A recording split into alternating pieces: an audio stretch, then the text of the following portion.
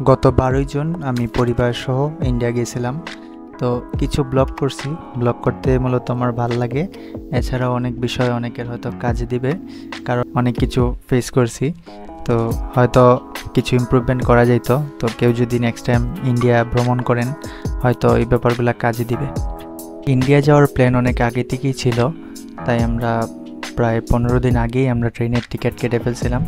ট্রেনের টিকিট 2 ধরনের আছে, একটা হচ্ছে এসি চেয়ার আর একটা এসি কেবিন। এসি চেয়ারের প্রাইস হচ্ছে 3500 টাকা, আর এসি কেবিন ওগুলো হচ্ছে 5000 টাকা করে। ট্রেনটি বাংলাদেশ থেকে বুধবার আর শনিবার এই 2 দিন সকাল 8টা 15 মিনিটে ঢাকা থেকে কলকাতার উদ্দেশ্যে রওনা দেয়।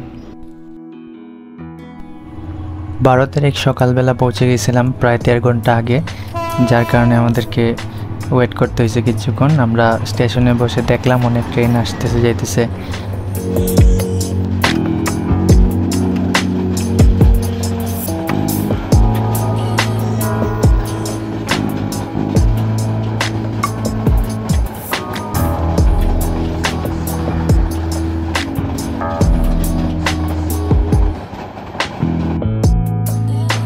দেন ইমিগ্রেশনের লাইন শুরু হলো।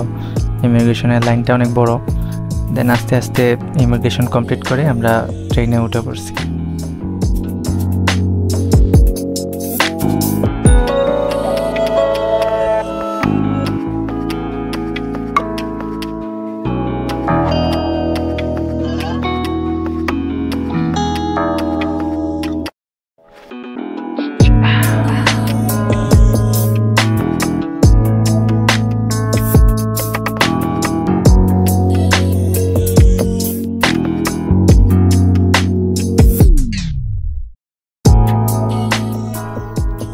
ট্রেন অনেক স্লো গেছে প্রথম দিকে, দেন আস্তে আস্তে স্পিড বাড়ছে। প্রায় 80 থেকে 85 কিলোমিটার পার আওয়ার বেগ উঠে এটাতে।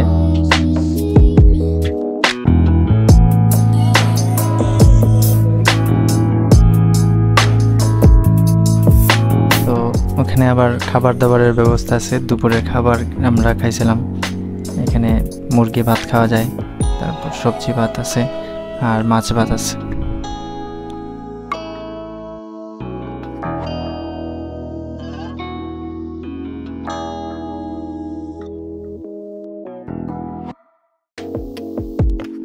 ঢাকা থেকে যাওয়ার পথে কিছু সুন্দর জায়গা দেখলাম, যেমন বঙ্গবন্ধু সেতু, তারপর রূপপুর পারমাণবিক বিদ্যুৎ কেন্দ্র।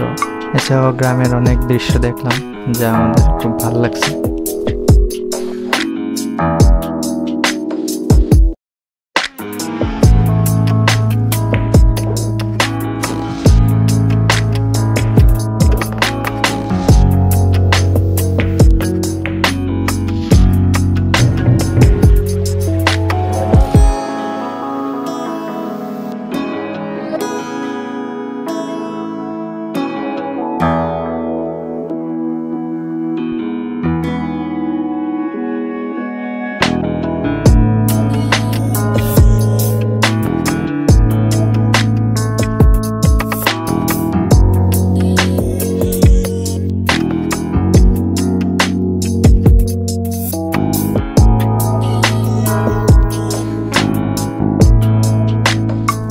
ট্রেনটা যখন দর্শনা বর্ডারে পৌঁছাইলো, মানে ইন্ডিয়ার বর্ডার, ওখানে ইন্ডিয়ার মেশিন দিয়ে এবং ইন্ডিয়ার যে চালক সহ সবাই চেঞ্জ হয়ে গেছে। বাংলাদেশেররা বাংলাদেশে থাকছে, ইন্ডিয়াররা ইন্ডিয়ার ওখানে উঠে গেছে।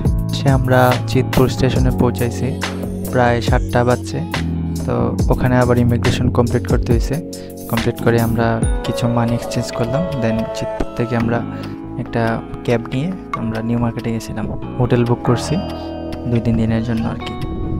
তো ওইটা নিয়ে সামনের দিন আরেকটা ব্লগ আসবে, ওইটার মধ্যে বিস্তারিত বলবো আমরা কলকাতায় কী কী ঘুরছি, দেন কলকাতা থেকে কোথায় গেছি, এই বিষয়গুলো।